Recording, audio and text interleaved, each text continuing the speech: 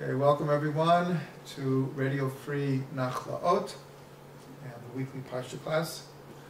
We want to dedicate the class tonight to a young girl who is fighting leukemia, and her name is Shachar Bat Gitit. She should have a refuah shlema, and they should find a refuah shlema for her, and she should live until 120 in good health and have a wonderful life. Bezrat Hashem. Bezrat Hashem. And we also want to dedicate it to Chana Bat Miriam, who is in the process of giving birth right now. And we hope that it will be a healthy baby, B'Sha'ah Tovah. Bezrat Hashem, Chana Bat Miriam.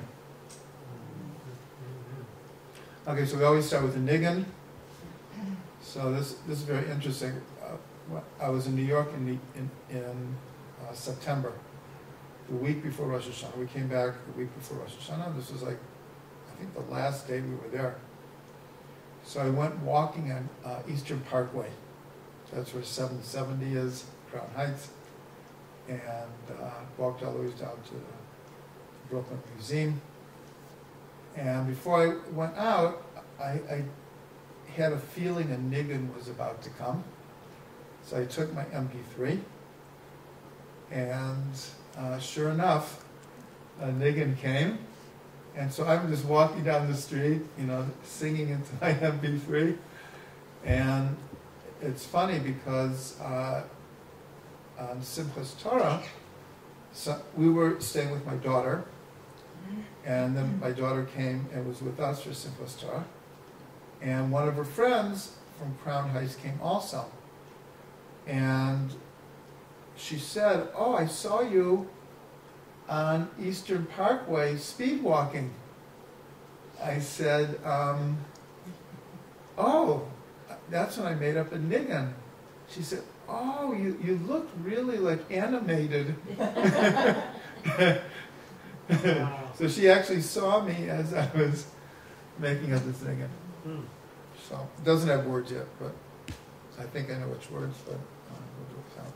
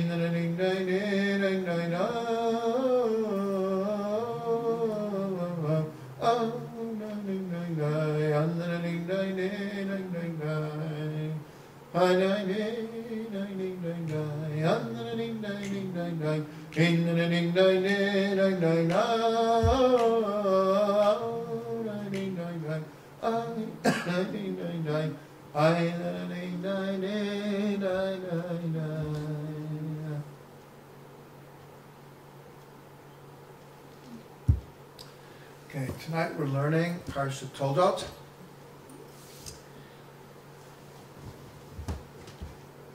This is such a deep Parsha. So much happening. So much happening. The whole story of Yaakov and Esav begins in this Parsha. It is continued down to our day. The energies that are presented in archetypal form in this Parsha have reverberated through all the generations, all the way down to our own day.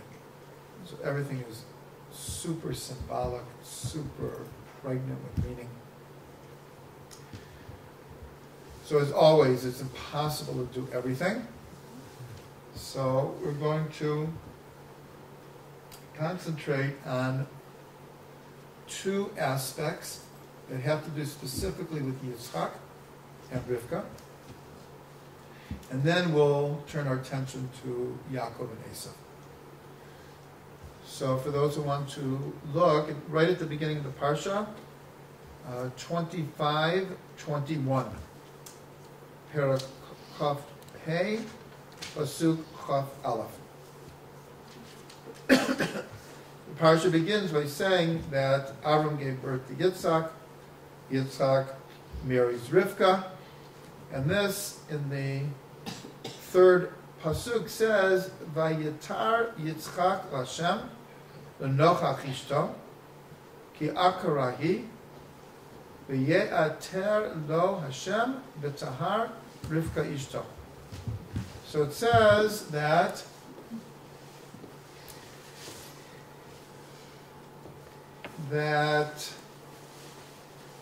here the word in the article is entreated. Yitzchak pleaded, davened, poured out his heart, entreated Hashem. L'nochach ishto. Also not an easy one to translate. Here it says opposite his wife. Sometimes it's translated for the sake of his wife or for his wife, because she was barren. And God answered him, and Rivka, his wife, became pregnant. Here it says actually, because it's the same word, Vayater, I said he answered, but here it says, the article says, Hashem allowed himself to be entreated. Because it's the same word as entreated. Same verb. But really what it means is that he answered him. He allowed himself to listen to his prayer and to answer him. So there's some incredible teachings from Rav Ginsburg on this. Yeah, we'll keep all the ladies over here.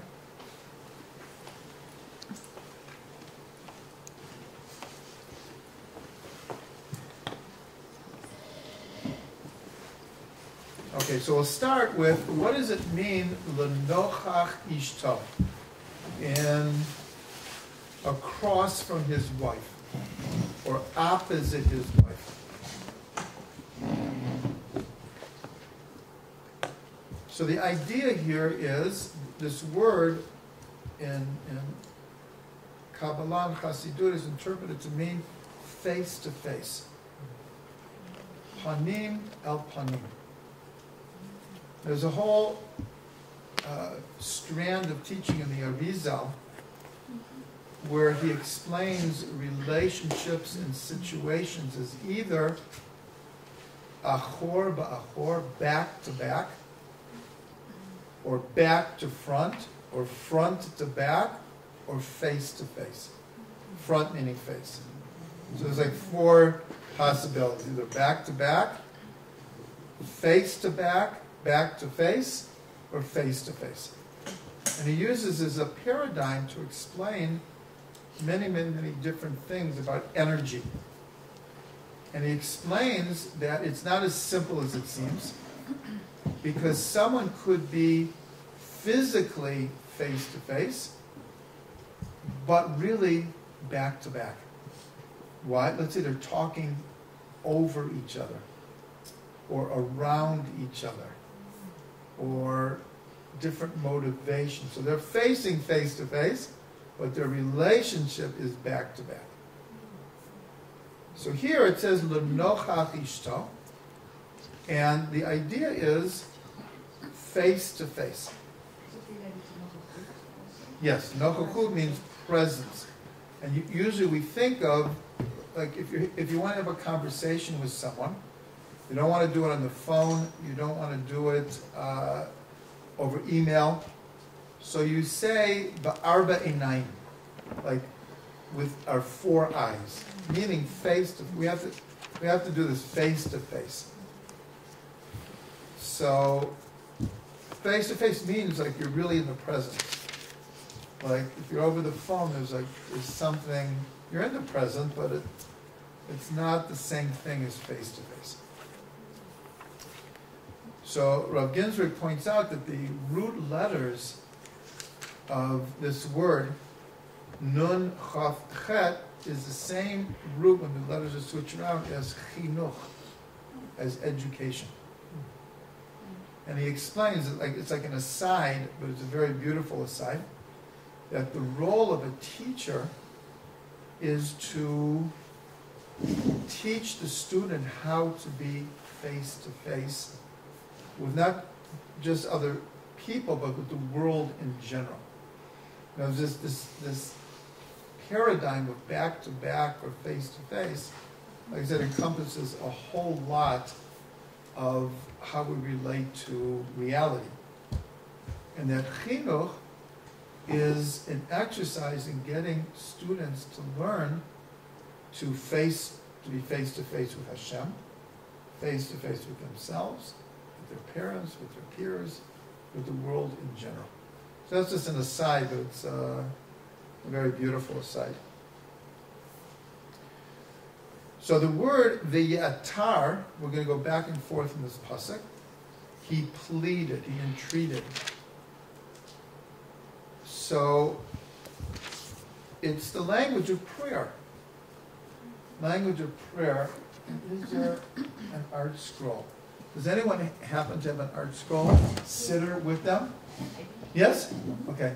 I just want to see it quickly to show you something. Because actually they switched siddurim in the shul.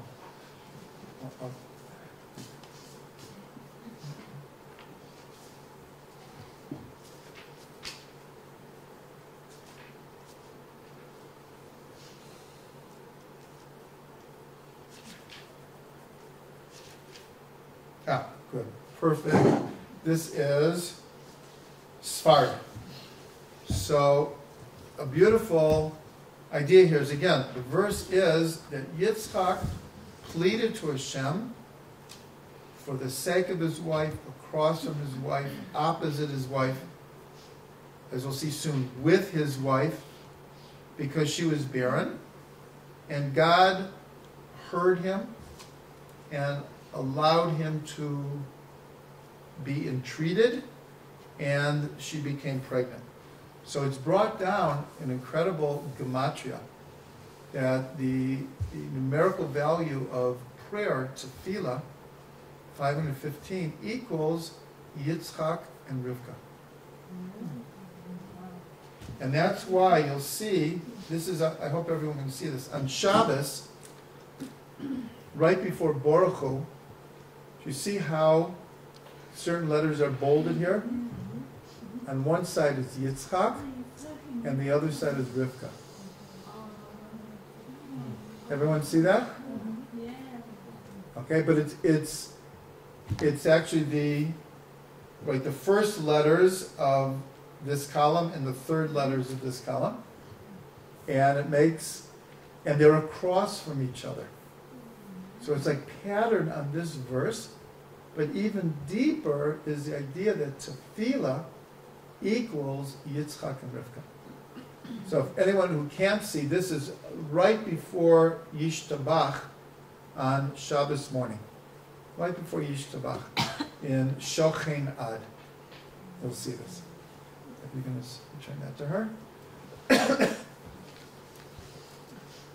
So here we see, that's why I added across from Rivka, opposite Rivka, and then with Rivka. Because we see here graphically, in Shochein Ad, it's Yitzchak and Rivka. Now, obviously, she is also davening to have children. But the verse doesn't mention her. It mentions Yitzchak.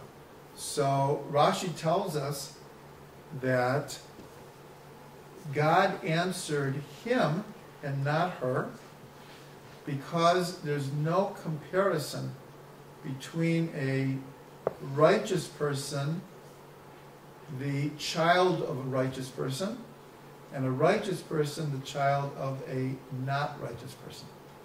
So this is what Rashi says. Because Yitzchak was the son of a tzaddik, and Rivka was the daughter of not such a great person.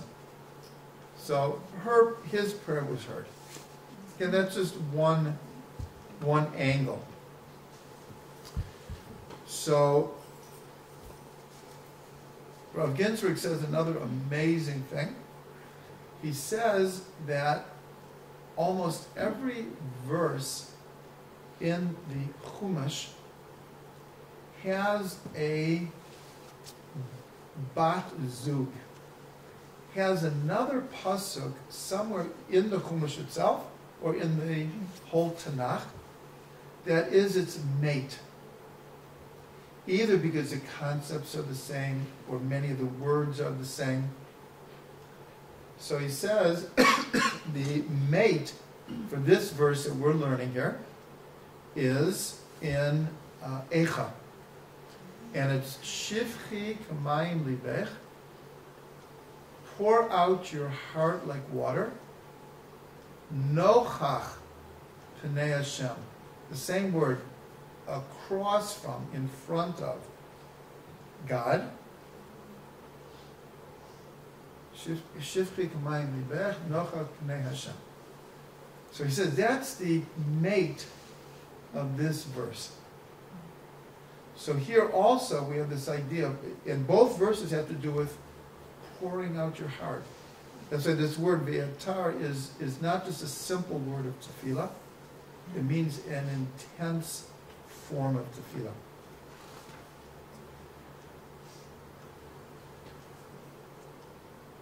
So there we are across from Hashem. We're across from Hashem. And here, Yitzhak is across from Rivka. Now, Rashi tells us that, how does he explain across from, or opposite Rivka? Because it just says his wife. So he said that Yitzhak stood in one corner of the room and prayed, and Rivka stood in the other corner of the room and prayed. Yeah, right. Because there was no minyan, so they didn't need a mechitza.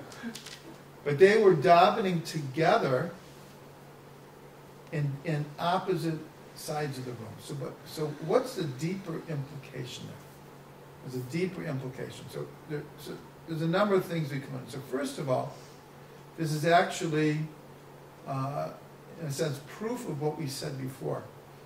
Because if nochach means like face to say, nochach pnei Hashem, like in front of the face of God. So how can it be that Yitzchak and Rivka are standing on opposite sides of the room, and that's called face to face? So this is exactly what we said before, is that since they were davening for the same thing, it was as if they were face to face.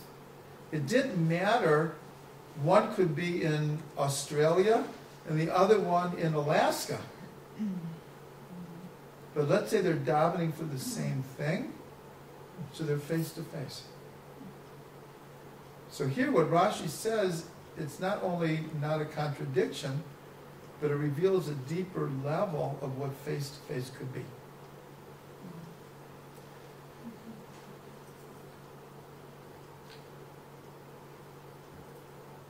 I don't know if it's appropriate to say that here, but I think there's a new version of Adam Hashem.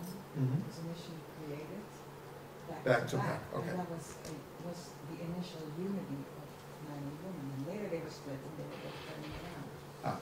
Okay, so I wasn't going to get into it, but since I mentioned the Ari, this is the whole, this is the source of the whole teaching of the Ari, is the midrash that Adam and Chava, when they were created back to back. And the process of when it says that God took, it's usually translated his rib, but that's not what it means. It took a side of Adam. It was as if it was Siamese twins attached back to back.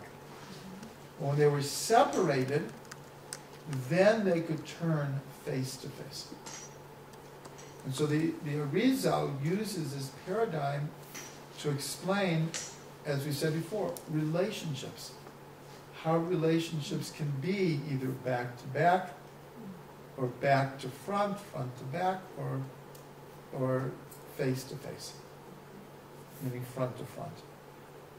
And he actually explains that all of history is like playing out this turning process from back to back to face, and especially the holidays of Tishrei, where we're told that at Rosh Hashanah, it's as if we begin the service of the month of Tishrei back to back with God. And that during the 10 days of repentance, and culminating in Yom Kippur, is the splitting of the, and it's like a painful, it needs a lot of introspection to make that separation so that we can turn face to face. From Yom Kippur to Sukkot, we turn face to face. On Sukkot, it's called hugging. Hoshana Rabbah is called kissing. And Simchas Torah is called Yichud, the unification of husband and wife. So the Ari uses this paradigm to explain many, many, many things. And he also explains all of history as a process, like we just did for Tishrei, but he explains all of history as a process of this happening between men and women, between Israel and the nations, between humanity and God. This process of going from back to back to face to face.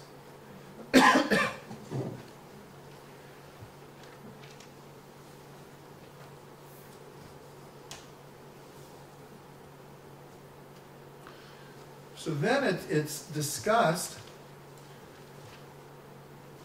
when Avram and Sarah were having a hard time having children. So Sarah suggested take my handmaiden. When Rachel was having a hard time, she suggested Yaakov, take my handmaiden. When Leah stopped having children after having 4 children, she said, take my handmaiden. But we see with Yitzhak and Rivka that didn't happen. And so we're told that Yitzhak and Rivka, that's why in this prayer I just showed you, Shochin Ad, Yitzhak and Rivka are like across from each other. They're like the epitome of, in a sense, face to face. Because Yitzhak and Rivka, like they just knew that they were meant for each other and only for each other. And so therefore it wasn't even an option. So that's why they're both davening so hard, is like, we only have each other. So Hashem, like, you please make this happen. We want children. So that's why they're davening like so hard. Is it because we know that that Abram and Sarah wanted children, and Abram even talks to God about it. But there's not a verse that says that they were davening for children, like we have here. So this is just a way to explain why here do we have a verse about them davening for children, is because they didn't want any alternatives here.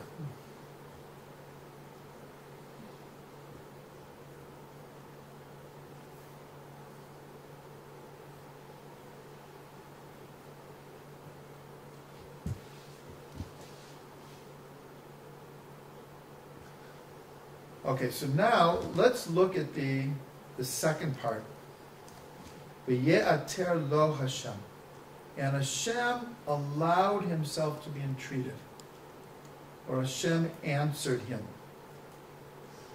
So there's an amazing Torah here. Let me just think where it was. If you remember in Parsha V'yera, we learned that,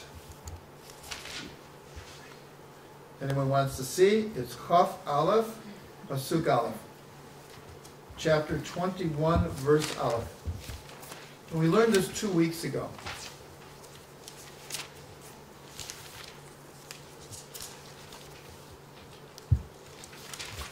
Okay, 21, 1. Or Chaf Aleph, Aleph. Okay, everyone got it? V'yera? So it says, V'Hashem pakad et Sarah ka'asher amar, v'yas Hashem l'Sarah ka'asher diber. So there's a redundancy, an apparent redundancy. It says, Hashem remembered Sarah as he said, and God did for Sarah like he spoke. It's like, sounds very redundant. So there we learned a Torah from Reb Shlomo that there's 2 words for speaking here, amar and diber. And we learned, Rashi brings this down, and it's brought down all over the place, that amar is a softer language, and diber is a harder, sharper type of tone to the language. So what is it? What is the softness here? When it says God remembered Sarah like he softly spoke. So Reb Shlomo said, really an unbelievable Torah, that he brings to Rashi, why did all the Avot and Imot have such a hard time having children? So Rashi says, very enigmatic, that God loves to hear the prayers of the tzaddikim. So at a certain point, Avram says to God, like, who's going to inherit me? Like, I'm at the end here. Like, is this going to happen or isn't this? Like, I'm not so sure anymore. And so God was whispering to them, keep on davening, don't give up. So that's why there's this redundancy, because the first part, is, as it were, God is whispering to them, keep on davening. And the second part of the verse is, and then he answered their prayers, and he did what he spoke to Avram, said, you will have children. But if you remember, Avram laughed when he heard Sarah laughed, because they could hardly believe it. So God said, keep on davening. So what does it have to do with this? So here, this is a Torah from the Ropshitzer, the Rebbe Naphtali of Ropshitz. He was one of the main students of the Shiur of Lublin, Choseh of Lublin. And he says that you can interpret this by Yater Lo Hashem, is that Yitzchak's prayer was so intense and so real and so sincere that God, as it were, also started davening for him to have children. Okay, but you hear that and you say, well, what does that mean? What does that mean? God was davening for Yitzchak to have children. I mean, it's a way out Torah, but what does it mean? So the way I interpret it is, well, in a sense, we'll replace the word God was davening for him with God was rooting for him. Now, there's a very, very deep Torah from the Arizal about reincarnation. And without going deeply into it, but he explains how everyone is part of root souls. And therefore, each soul is connected to millions of other souls through the generations, or fragments of souls. And all of these souls are connected in one way or another. That's why many times when we meet different people, we feel this chemistry. Or I'm sure everyone's experienced that you meet someone, you talk to them for 20 minutes, it's like I know you for my whole life. Like, who are you? Why do I have this connection? Or the opposite.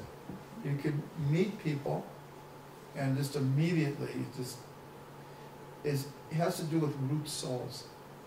If you meet someone who's in the same root family as you, you intuitively feel it. So the Ariz says an amazing thing, that since all root souls are connected, including all the souls that have left this world, that when someone does a mitzvah, it's as if, it's like in a football game, and they do the wave, right? It's like everyone is rooting for them. Wow, go, do it, do that mitzvah. And if someone does the opposite, everyone's going, oy vey, like, in other words, we're not as independent as we think we are.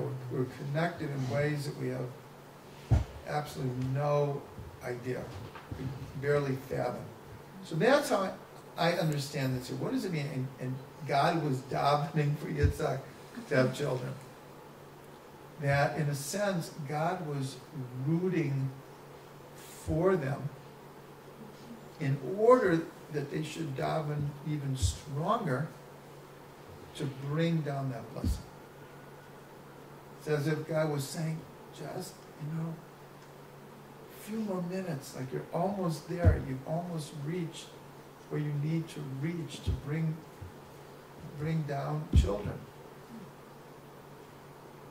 So God, as it were, was rooting for us, rooting for Yitzhak and Rivka. But we could really understand that because don't we want to feel that God is on our side? It's like when we dive into Hashem, it's like, in a sense, we're like, I hope you understand me and will stand with me and will help me, and I need you to encourage me. Because like right now I feel so alone. Could you please encourage me? So in a sense, we're asking for God to like we need a rooting section here. And nothing short of you will help. We need to feel that you are rooting for us. So this is connected to this mate verse. Shivchi kamayim libech nochach pnei Hashem. Pour out your heart like water in front of the face of God. So the question is, well, who's looking at who here? So we can't see Hashem. But what we want is to know that God is seeing us. We can feel Hashem. We can experience God's presence, but we don't see Hashem in the literal sense. But we want to see that God is seeing us.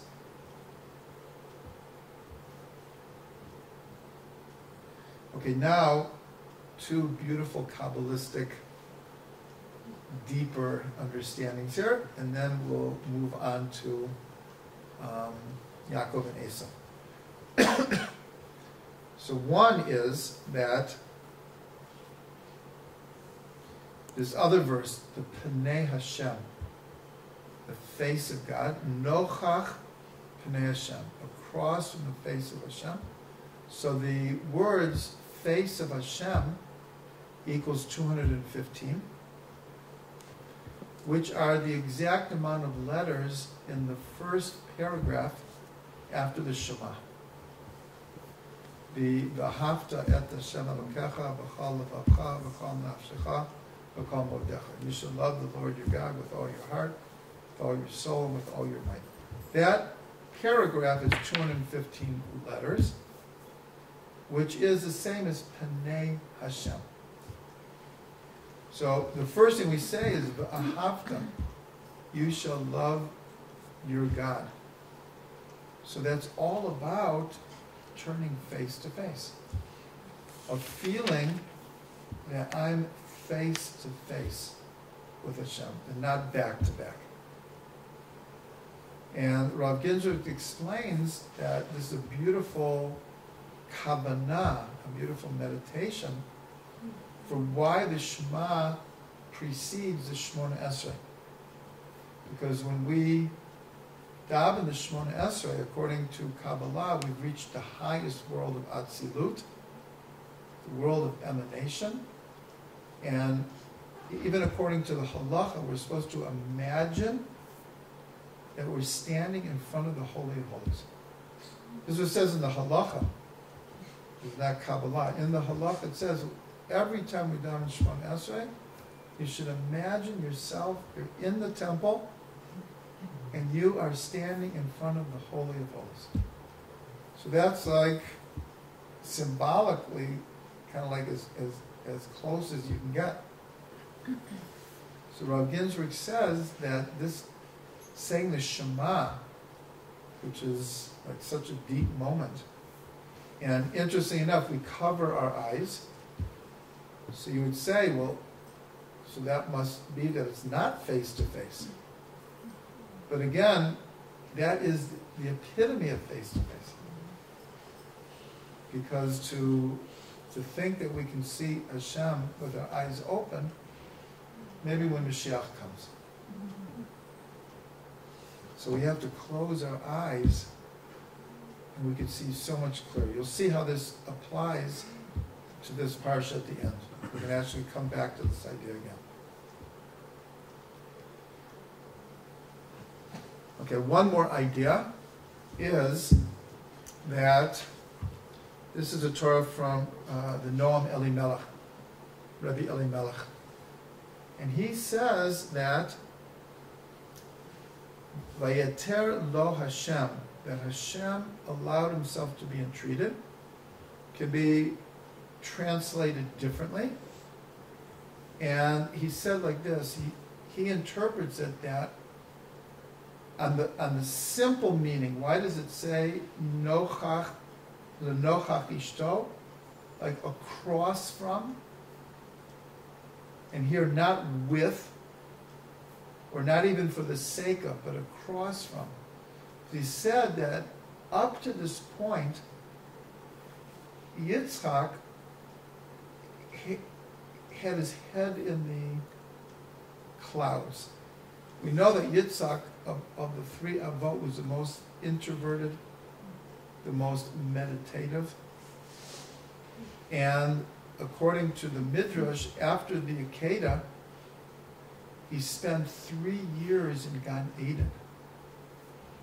That's why it says right after the Akedah, it says that Abram went back to the two youths, who was Eliezer and Yishmael, that he left. It doesn't say that Yitzchak was with him. Is that it took Yitzchak, and we'll see how this applies to the end of the Parsha, it took Yitzchak 3 years to integrate what had just happened. Like, you don't just be bound on an altar and just get up and walk away. But we'll see later, it took his whole life to integrate it. So Yitzchak was like, his head was in the clouds, and he was davening for children, but not really. Not because he didn't want to have children, not because he didn't want to please his wife. It's just that he was in his own world. So Rabbi Elimelech says, even though it's at the end of the sentence, remember it's the same verb as when Yitzchak prays. And he could interpret, Vayeter lo Hashem, that Hashem awakened in Yitzchak that you need to be davening like your wife is davening for children. Like you're like way up here, and that's not what you need to be doing. You need to be really across from your wife. You need to be with your wife in this. It's not good enough to daven half-baked. You have to really, really want it. So it's a very deep understanding here.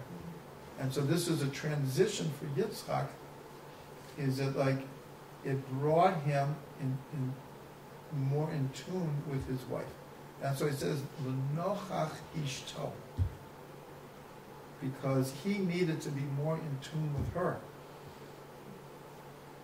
And we see that it obviously worked. There's much more to be said, but let's get to Yaakov and Esav. Chaim.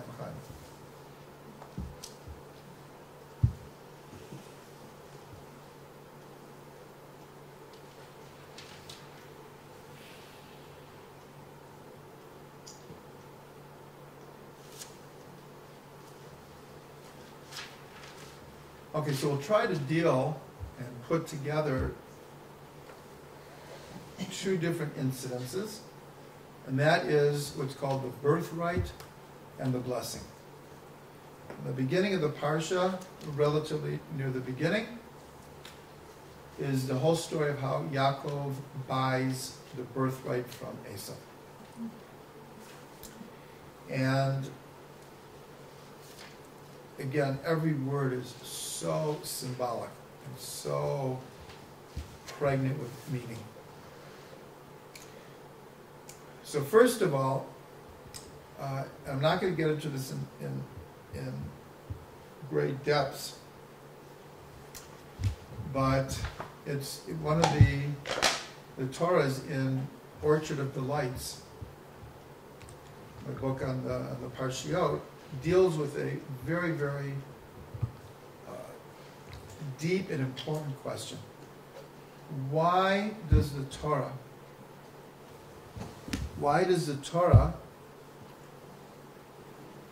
have a number of incidences that make it look like Yaakov is stealing?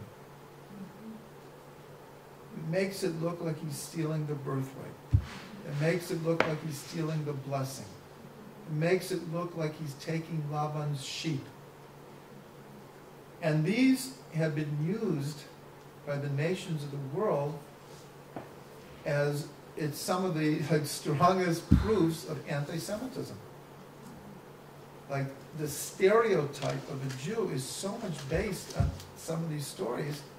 You have to ask, why does the Torah present it in this way? So I deal with that directly in the book. And if you don't have the book, you'll have to get it. So, but that would take the whole rest of the class. But we'll answer in part through understanding these stories.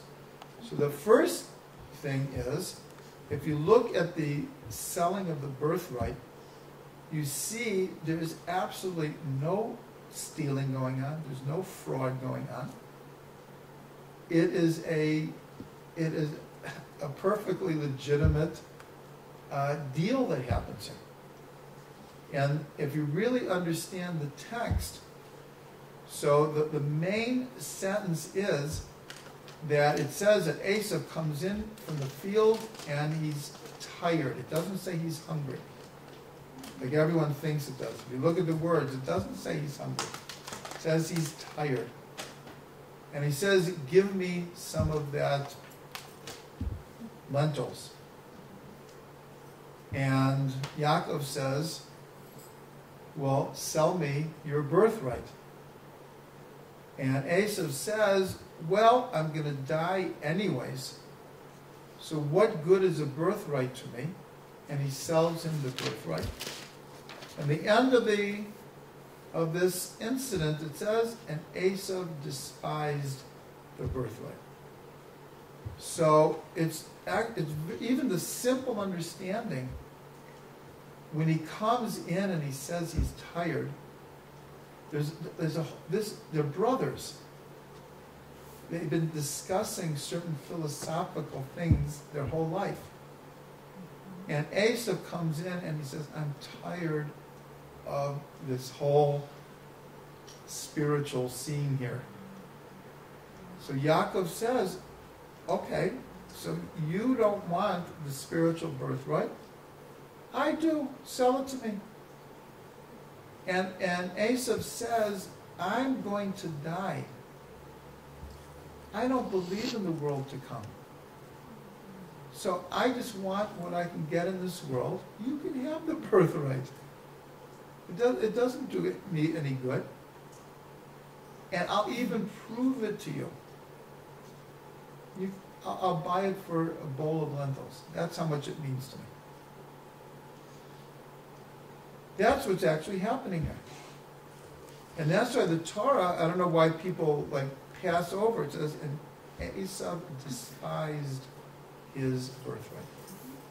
So Yaakov buys it fair and square. Technically, who is the bracha for? The firstborn. Who owns the firstborn now? Yaakov. He always did. Yeah, he always did. In fact, Rashi says, why did Yaakov come out last? He says because he was conceived first. Well, again, we're not talking technically on a literal sense. He said he was conceived first, and therefore he came out last. Right? The first in is the last to come out. So technically he always was. But this even strengthens our question. Here's Yaakov hanging on to the heel of Esau. If God wanted him to have the birthright, so why didn't he have him come out first? It even strengthens this idea. But the first point we're making here is that it's like a fair and square deal here. Esau, in fact, wanted to prove how little it meant to him by selling it. Now, when it comes to the blessing, it is definitely more complicated. because there is an aspect of tricking Yitzhak. There's no doubt about it. And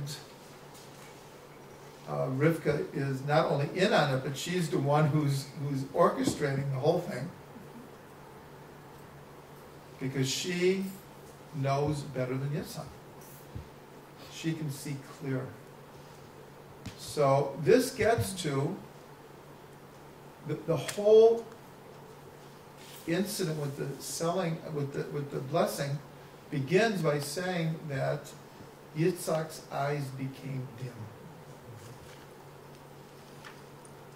So that's how this whole thing could be pulled off, because if he could see, then Yaakov would have walked in, and even if he had skins to make it appear like it was Esau, he wouldn't be able to pull it off. So there was a certain amount of tricking going on. And we're going to jump to Lavan. We'll get to this in like 5 weeks or something. That the whole story of how Yaakov comes to possess all of Lavan's sheep, again, if you read the story, even just the simple understanding, there's absolutely no trickery going on at all. Yaakov has been ripped off for 20 years, and he says, like, I need to be paid. I mean, like, it's 20 years, you're late, 20 years, I need to be paid. So, well, what do you suggest? So Yaakov suggests a plan, and he can pay him off. Lavan thinks it's the most ridiculous thing. He's going to end up with nothing. But if this is the way he wants it, so he says, great. Wow, I love your plan. Let's do it. But it just turns out that Yaakov was much smarter than him.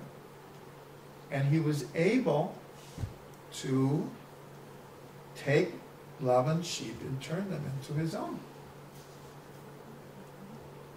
So when we get down to it, of the 3 major incidences, the only real problematic one is with the blessing. But here we see that Yaakov says to Rivka, like, I don't want to trick my father. And she says, just listen to your mother, right? Just listen. I know what has to be done here. And Yaakov understood that she was right. That this was like make it or break it here. Because we're told that this blessing that Yitzhak gives Yaakov is like the most powerful blessing in the whole Torah. This is like this is it. We would need so much more time than we have to go into every nuance of what's happening here.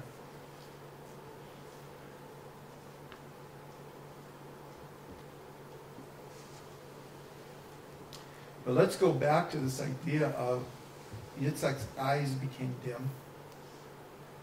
And what we said before about the Shema. That sometimes when you want to see something deeper than the surface, so you would think that you'd open your eyes wider than ever, right? But here it's like sometimes you want to see something deep, you have to close your eyes. So everyone asks, what was Yitzhak thinking to give Esau this bracha? What was he thinking? So there's many, many different answers. And some of them are very, very profound. So one is that Yitzhak is the son of Avram. And even though they're very, very different, they're also very, very similar. There are many, many things that are similar. Yitzhak watches Avram and his mother Sarah their whole life bringing in guests, doing chesed, reaching out. He certainly heard how Avram davened for Sodom. So now Yitzhak has a son, in modern terminology, who's gone off the derech. He's gone off the path. So he's thinking, well, I have to do like Avram did. In other words, if he's off the path, then he needs my love more than ever. So Yaakov, he'll be okay. Right? He's the spiritual one. He'll be okay. But I gotta strengthen Esau. What's going to be with Esau? That's one explanation. Another explanation is that Yitzchak, because he couldn't see, he saw so much deeper. And he saw in Esau tremendous holiness.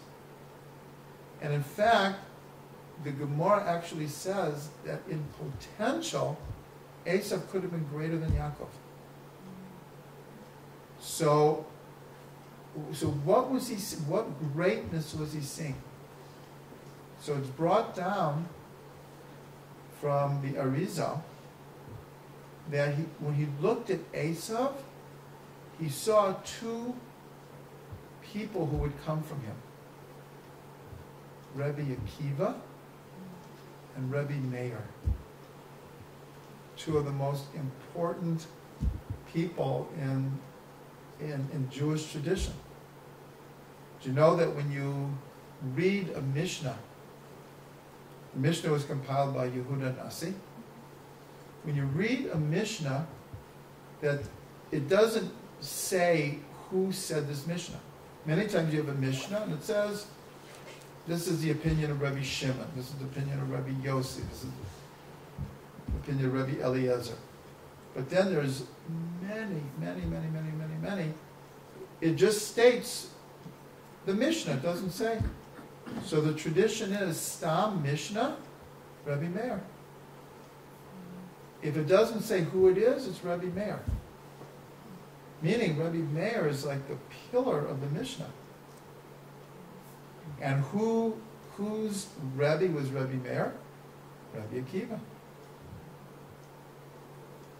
And Rabbi Akiva, he, in a sense, was the main link in two chains. In the Torah Shabbal Peh, that turns into the Mishnah, which turns into the Gemara, and the mystic tradition. Because who is the other top student of Rabbi Akiva? Rabbi Shimon Bar Yochai. So Rabbi Akiva is the teacher of the master of the mystic tradition and the master of the, what we'll call the halachic tradition. He was master of both of them. And they both came through Rabbi Akiva. So the Ari explains that, in fact, when it says that Yitzchak loved Esav, and then the Torah says why. And it literally says because hunt was in his mouth. That there was, because Esav was a hunter, right? He was described as a hunter. He says he loved Esav because hunt was in his mouth. So people say, oh, that's because he loved the meat. That's why Yitzchak loved Esav.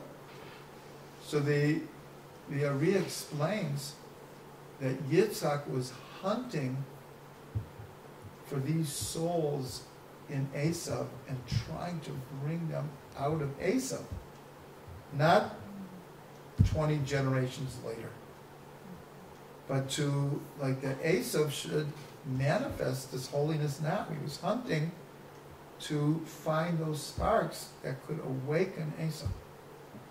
So that's another reason why he thought, I should give Esav this.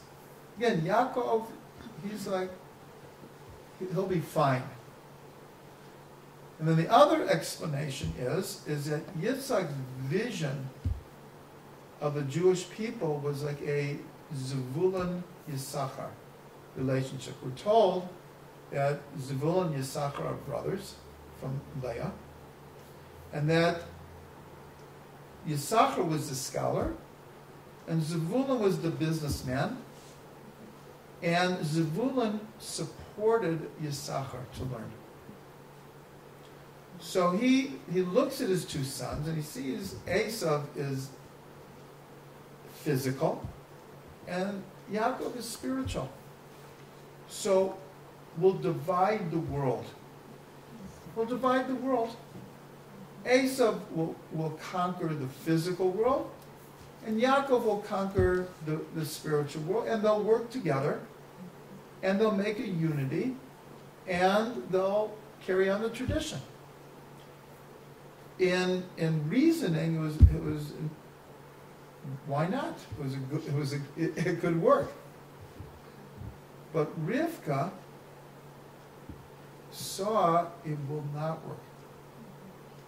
The real fixing is that each person has to have both. You can't have the world divided between material and spiritual, physical and spiritual. Every person has to be able to incorporate both. And Rivka looked at Esav and said, it's not on the level. But Yaakov, right now he was sitting in the tents of learning. But he could do it. He could master both. And as the Torah plays its out over the next 4 or 5 parshas, we'll see that Rivka was correct. Yaakov learns to master both worlds. And so this goes back to this like existential question we ask, why does the Torah portray Yaakov in a way that you could almost be rooting for Esav and Lavan? Like, what did they do wrong? It's the oral tradition that tells us the different story. But if you look carefully, it's like when Esav comes in and like he realizes that Yaakov's taking his blessing, it's like you almost feel sorry for him. He even starts crying because he was a very deep neshama, very deep neshama, and ultimately it will be manifest because Yaakov and Esav are brothers. Yitzhak and Yishmael are like stepbrothers, half-brothers. But Esav and Yaakov are full brothers. They're twins, they're from the same womb. So one way we can answer this is that it says that God looked into the Torah and created the world. From this we learn that the world is a reflection of the Torah, not that the Torah is a reflection of the world. So this you have to really ponder and meditate on. That the world is a reflection of the Torah, not the opposite. But since the Torah, the Torah/God, in a sense, know what's going to happen when you give man free choice. So already in the Torah is a reflection of the world. It's not so simple that the world is a reflection of the Torah and the Torah is not a reflection of the world. There is an integration that goes on there. That's why, when you really think about it, so many holy books or spiritual books of other traditions or religions are very ethereal and spiritual teachings. You look at the Torah, war, murder, incest, rape, brother against brother, nation against nation, stealing, trickery, like, and some people read these stories and really they have a question. They have no, let's say, oral tradition. They don't know anything about anything. You read these stories like, this is a holy book. Like, I don't get it. Why is all this being dealt with? Because that's the world. And the Torah is dealing with the world. So the Torah sees what kind of a world it's going to be and knows that if Israel is going to make it, it has to know how to play the game of the world. Now, is this ideal? No. It would have been much, I mean, God could have done it differently, but he didn't. So, not only, it's not just that the Torah portrays Yaakov in this light. God, this is Yaakov's test. Avram is tested. Yitzchak is tested on the altar. And in a sense, even though they're not called tests, Yaakov's whole life is just one test after another. But when he finally wrestles with the angel and he's renamed Yisrael, so the definition of Yisrael is that you fought with God and man and prevailed. In other words, Yaakov becoming Yisrael is kind of like Yaakov turning from back to face. This is the real face of Yaakov. But he has to fight for it. He has to put his life on the line for it. And so if you look at Jewish history, and especially Israel today, and we see that, like, the double standard that Israel is held up to, and the incredible hypocrisy that we're supposed to live up to a certain standard that no one else is expected to live up to, and to survive, then it doesn't work like that. It doesn't work like that. And a perfect example, and it's one of like a string of examples, is in 1981 when Israel bombed the Iraqi nuclear reactor, which is about to go live. It was 1 month before it went live. When it went live, to bomb it would have been like horrendous. I mean, the results. And so Israel, without asking anyone, went ahead and did it. The entire world condemned Israel. America cut off arms for 6 months. There was not, I don't think even Micronesia backed Israel this time. It was like really Israel against everyone. And I mean, I was in the country at the time, and I remember Prime Minister Begin, no excuses, no embarrassment, no guilt. He just simply said, everyone knows who he was planning this for. Don't expect us to apologize. No one else was going to do it. We had to do what we had to do. So in other words, this is an example of we couldn't play by the rules. Right? The world made these rules. It just, we couldn't play by them. And so we're beginning the life of Yaakov here.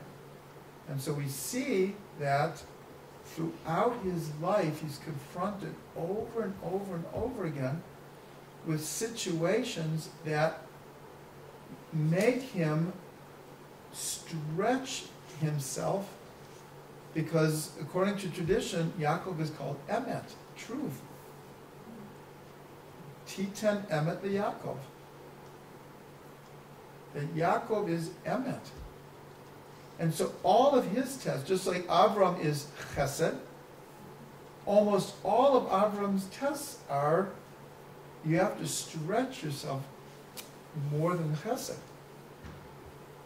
You need to also learn Gevurah. And actually we're told, we didn't even get into this, is at the very first pasuk in the Parsha. We go back to the first pasuk. And with this we'll kind of conclude the class. It says, Ve'ela Toldot Yitzchak ben Avram, Avram Holid Yitzchak. These are the generations of Yitzchak, the son of Avram. Avram gave birth to Yitzchak. So again, a redundancy. If the first part says that Yitzchak is the son of Avram, why do you have to say Avram gave birth to Yitzchak? It's like, it seems totally redundant. So there's many, many explanations.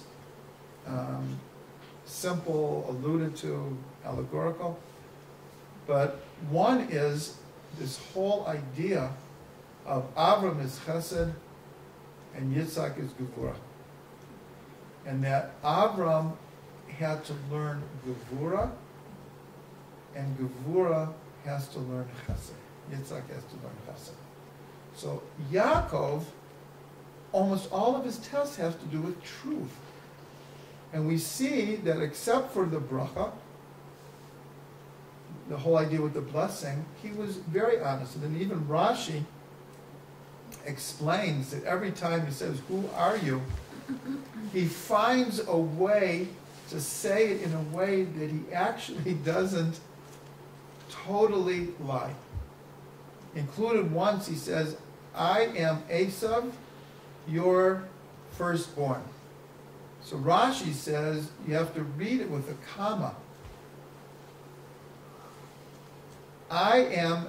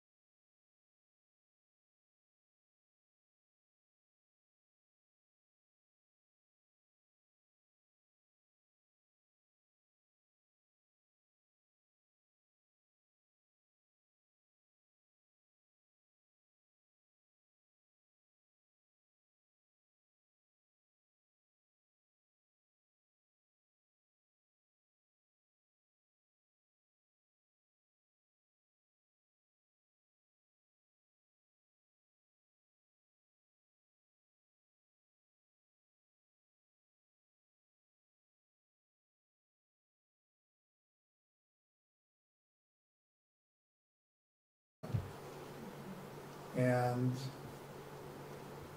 we will see how it plays itself out. But I'm just saying, philosophically and existentially, exactly what we're talking about, the trials of Yaakov, the challenges of Yaakov, are exactly what's happening today, in the most real way that we can imagine. So we should have a bracha. We should have a bracha, put together all the things we've been learning tonight. That first of all, that God is rooting for us. We should really feel that God is rooting for us as individuals and as Am Yisrael.